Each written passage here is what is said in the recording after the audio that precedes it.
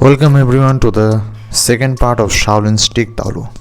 First, see the demonstration and then I will show you every step with full explanation.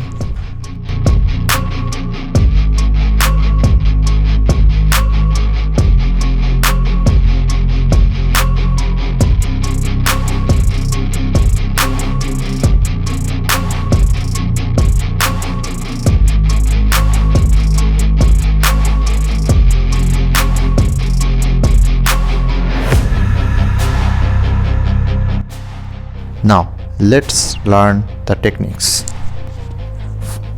First, if someone attacks you from the behind, at the same time, round your stick, fear him and push him back.